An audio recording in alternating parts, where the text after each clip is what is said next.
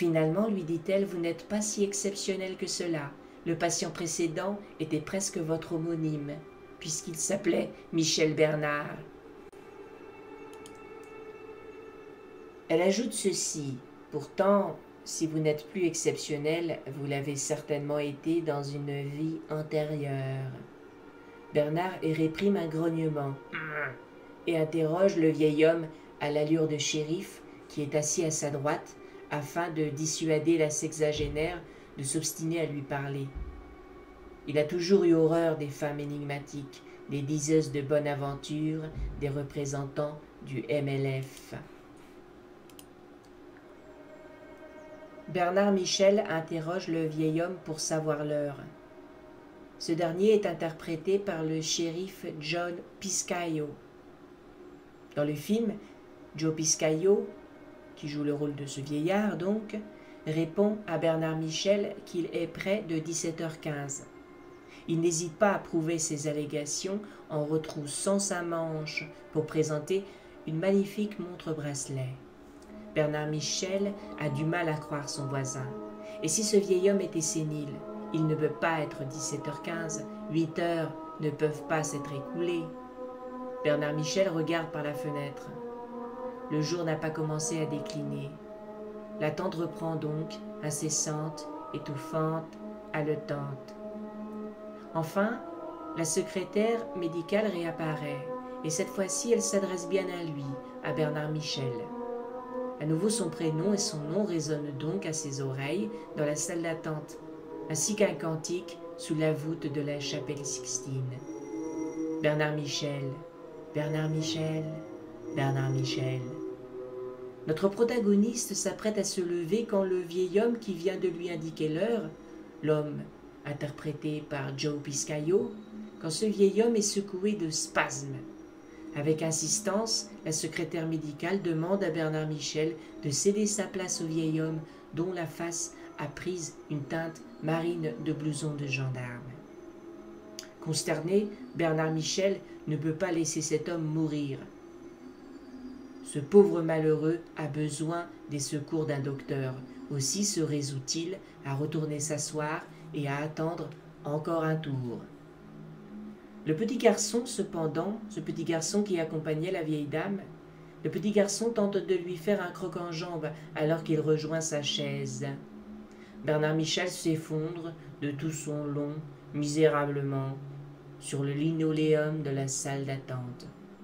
Les rires fusent. Cette scène, le spectateur y conviendra, est une des plus hilarantes de l'histoire du cinéma depuis les temps modernes de Chaplin ou les superbes productions de Mel Brooks. Mais revenons-en à notre film. À ce moment, un extraordinaire coup de théâtre va relancer cette sulfureuse intrigue. La vieille femme s'excuse du mauvais geste de son petit-fils, de son croc en jambe. Et elle s'en excuse d'une façon étrange. Elle se prosterne devant Bernard Michel et lui lance cette prière. Akhénaton, grand seigneur des sables, taureau fougueux des plaines, Akhénaton, crocodile immortel du Nil, je suis désolé de ce qui vient de se passer. Pardonne-moi, accepte ma plus humiliante requête et amende honorable. Bernard Michel jette un regard noir vers la vieille femme. Il est en colère.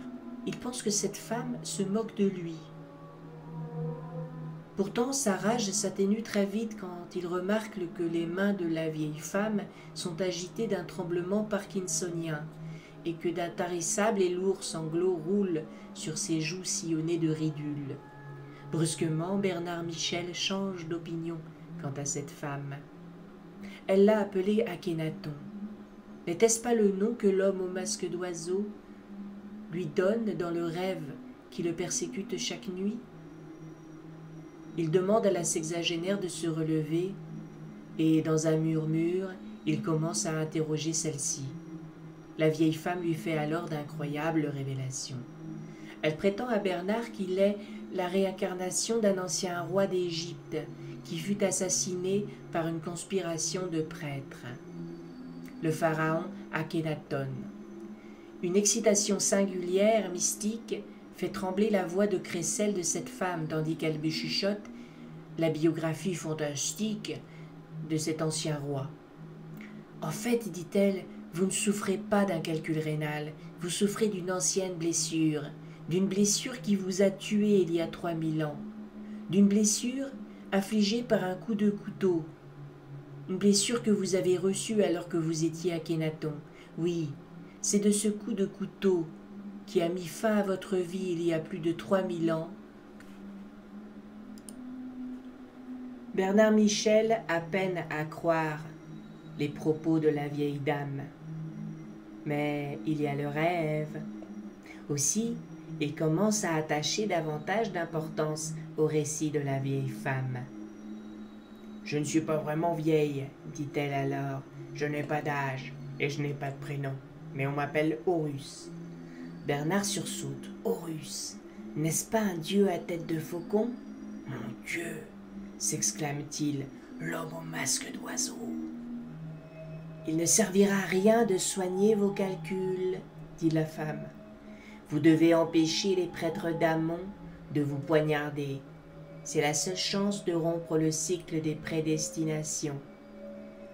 Et pour ce faire, la sexagénaire demande à Bernard de se détendre, de fermer les yeux et aussi d'écouter sa voix.